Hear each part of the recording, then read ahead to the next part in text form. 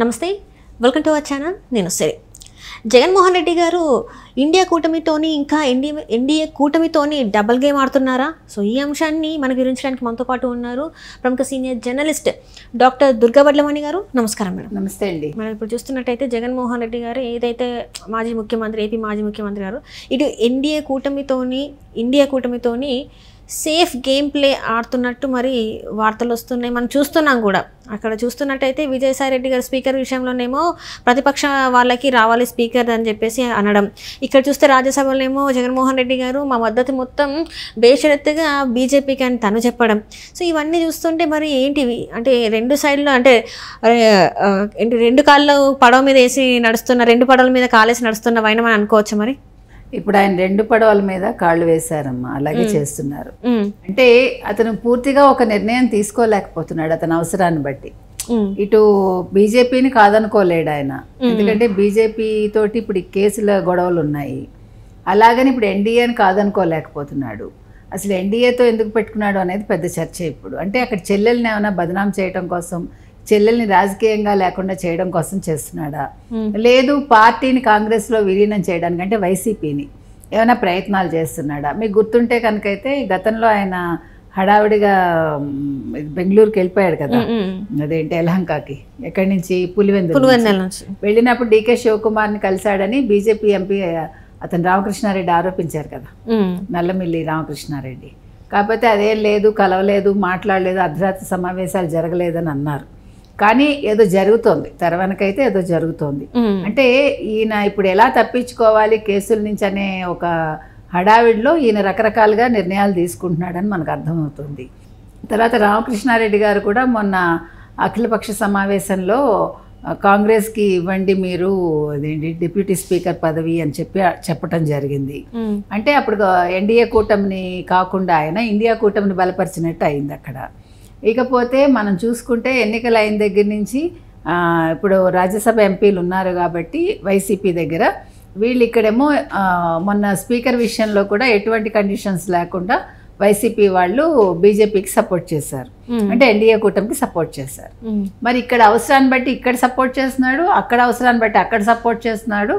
So వీళ్ళు double game అయితే ఆడుతున్నారు. ఈ డబుల్ గేమ్ ఇప్పుడు మోదీ దృష్టికి, అమిత్ షా దృష్టికి వెళ్ళిందా లేదా, వెళ్తే వాళ్ళు ఏ రకమైన నిర్ణయాలు తీసుకుంటారు. ముఖ్యంగా ఇప్పుడు ఈ శ్వేతపత్రాలు రిలీజ్ అయ్యాయి కాబట్టి దీని మీద చర్యలు మాత్రం వెంటనే ఉండాలని అందరూ కోరుకుంటున్నారు, ప్రజానీకం ముఖ్యంగా ఆంధ్రప్రదేశ్ ప్రజలు ముందుగా కోరుకుంటున్నారు. ఎందుకు కోరుకుంటున్నారంటే వాళ్ళు విసిగెత్తిపోయారు, వాళ్ళు భయకంపితులు అయిపోయారు 5 ఏళ్ళు. అసలు వాళ్ళకి బతకడానికి కూడా సరైన దారి తెన్ను లేక వాళ్ళు అంటే నిత్యం భయంతో బతికారు వాళ్ళు. కాబట్టి ఇన్ని అక్రమాలు చేసిన వైఎస్ జగన్మోహన్ రెడ్డి జైలుకి వెళ్లకుండా ఇంకా ఎందుకున్నాడు అనేది అందరిలోనూ ఉన్న ప్రశ్న. కాబట్టి ఇప్పుడు జగన్మోహన్ రెడ్డిని ఇప్పుడు ఆల్రెడీ సిబిఐ, ఈడీ కేసులు ఏవైతే ఉన్నాయో వాటిని రోజువారీ విచారణ చేపట్టమని ఆల్రెడీ హైకోర్టు మన తేల్చి చెప్పింది. ఈ రఘురామకృష్ణరాజు కేసు ఏమైందో ఇంకా మనకు తెలియట్లా. ఆ రోజు అంత హడావిడిగా జరిగింది. మళ్ళీ ఆయన కూడా మొన్న వెళ్ళి రఘురామకృష్ణరాజు జగన్మోహన్ రెడ్డి చేయి పట్టుకుని మాట్లాడి ఆయన పక్కన కూర్చుని ఆయన భుజం చుట్టూ చేయి వేసి, అవసరం అవంతా నీ కాళ్ళ మీద ఎలా కొట్టారు వాళ్ళు, నేను చంపాలని చూశారు. ఆ ఫోటోలంతా మొన్న కూడా మీడియాలో వచ్చాయి కదండి. రఘురామకృష్ణరాజు కాళ్ళు ఎలా వాచిపోయాయో మనం చూసాం. మరి అలాంటి రఘురామకృష్ణరాజు ఇప్పుడు ఎందుకని జగన్మోహన్ రెడ్డి దగ్గరికి వెళ్ళి మాట్లాడాడు ఆ రోజు? అంటే ఏం చెప్పాలనుకుంటున్నాడు? కేసు వెనక్కి తీసుకుంటాడు ఆయన? ఆలోచించుకోవాలి ఆయనే. అంటే నువ్వు ఒక ఎంపీగా ఉండి, ఇప్పుడు ఎమ్మెల్యే అనుకోండి, ఒకప్పుడు ఎంపీ ఆయన వైసీపీలోనే ఉన్నాడు, 5 ఏళ్ళు వైసీపీని రోజు ఆయన రచ్చబండకేసి ఉతికాడు బాగా. ఇప్పుడు మరి అలాంటి మనిషి ఎందుకు జగన్మోహన్ రెడ్డికి ఆ రోజు దగ్గర అయ్యాడు అనేది కూడా చర్చనీయాంశమైంది. నువ్వు ఒక ఎమ్మెల్యేగా ఉండి ఒక తెలుగుదేశంలో చేరి ఆయన అట్లా బిహేవ్ చేయటం అనేది చర్చనీయాంశం అవుతుంది డెఫినెట్గా. కాబట్టి ఇప్పుడు రఘురామకృష్ణరాజు కేసు ఏమవుతుంది, తర్వాత ఈ శ్వేతపత్రాలకు సంబంధించి ఇప్పుడు ఈ కుంభకోణాలన్నీ బయటకు వస్తున్నాయి కాబట్టి వీటి మీద త్వరితగతిన విచారణ చేపట్టి ఆయన సంగతి ఏంటో తేల్చాలి, ఎవరిది, జగన్మోహన్ రెడ్డిది.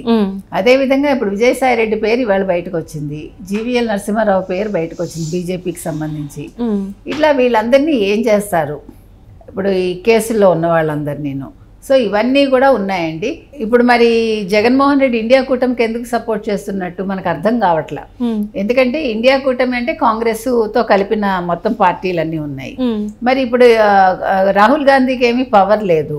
మరి ఎందుకు ఈయన సపోర్ట్ చేస్తున్నాడు అంటే ఈయన వ్యూహం ఏంటి? ఈయన బయట నుంచి సపోర్ట్ చేసి రేపొద్దున మళ్ళా ఏమైనా రాగలనని అనుకుంటున్నాడా? రావాలనుకున్నా ఇంకా 5 ఏళ్ళు టైం పడుతుంది. ఇప్పుడు షర్మిలను ఏదైనా చేద్దాం అనుకున్నా కూడా షర్మిల ఏమీ మొన్న నెగ్గలేదు. కాకపోతే షర్మిల ఇప్పుడు అధ్యక్షురాలుగా ఉన్నారు. ఇప్పుడు నువ్వు షర్మిలను తీసేసి నువ్వు ఆ అధ్యక్ష పదవి తీసుకుంటావా? ఏమో మనకి ఈయనదైతే ఇక్కడ మాత్రం మనకు కొంచెం గందరగోళంగానే ఉందండి. అంటే కరెక్ట్గా ఆయన దేని మీద ఆలోచిస్తున్నాడు అనే దాని మీద మనకు క్లారిటీ రావట్లేదు. ఆయన అంతర్గతంగా ఏముంది ఆయన మనసులోని. ఇప్పుడు మరి ఈ రాజ్యసభ ఎంపీల కోసం బీజేపీ ఎటువంటి నిర్ణయం తీసుకోదా? మరి సపోర్ట్ కావాలి కదా, ఈ 11 మంది రాజ్యసభ ఎంపీల సపోర్టు బీజేపీకి కావాలి. కాబట్టి వాళ్ళు జగన్మోహన్ రెడ్డి విషయంలో మెతక వైఖరి అవలంబిస్తారా? ఇవన్నీ కూడా మనం చూడాలి. అంటే ఇవన్నీ 2 పార్టీలకి, ఇటు ఎన్డీఏ కూటమి కావచ్చు, ఇండియా కూటమి కావచ్చు, జగన్మోహన్ రెడ్డి గారి వ్యవహార శైలి తెలిసి కూడా ఇట్లా అంటే వాళ్ళు కూడా ఏం తెలియనట్టు పైకి చూపెడుతున్నారు. ఆయన అవసరం ఉన్నప్పుడు ఆయన వాడుకుందాం అని అన్నట్టే ఉన్నారు అని అనుకోవచ్చు. మరి అలాగే ఉందండి. ఇప్పుడు బీజేపీ కూటమిలో ఉంటూనే కొన్ని విషయాల్లో మరి నిర్ణయాలు తీసుకోకపోవటం అనేది ఆలోచించాల్సిన విషయం కదా.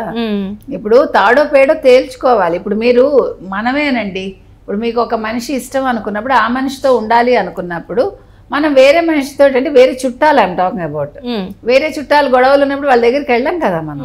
కానీ మన ఇద్దరిని కలుపుకుంటూ వెళ్దామన్నా జరిగే పని కానప్పుడు మనం క్లారిటీగా ఒక డెసిషన్ తీసుకుంటాం.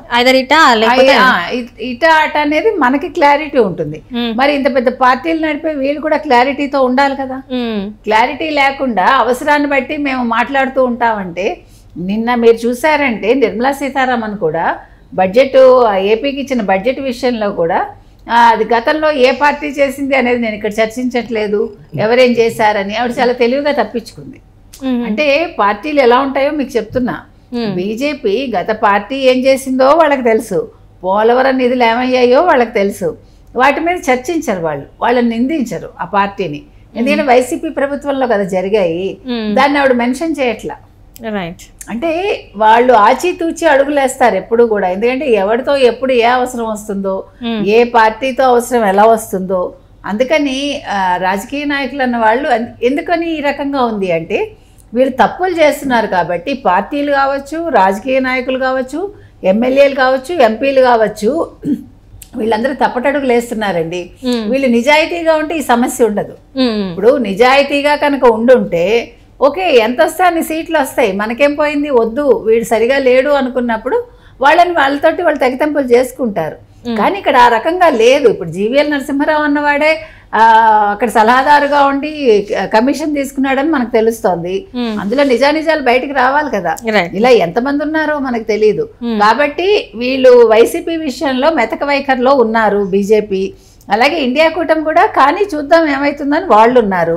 ఇప్పుడు బీజేపీ కాంగ్రెస్ పక్కన పెడితే అసలు వైసీపీ వైఖరి ఏంటి, జగన్మోహన్ రెడ్డి మనసులో ఏముంది అనేది బయటకు రావాలి. Right madam, right. Thank you so much.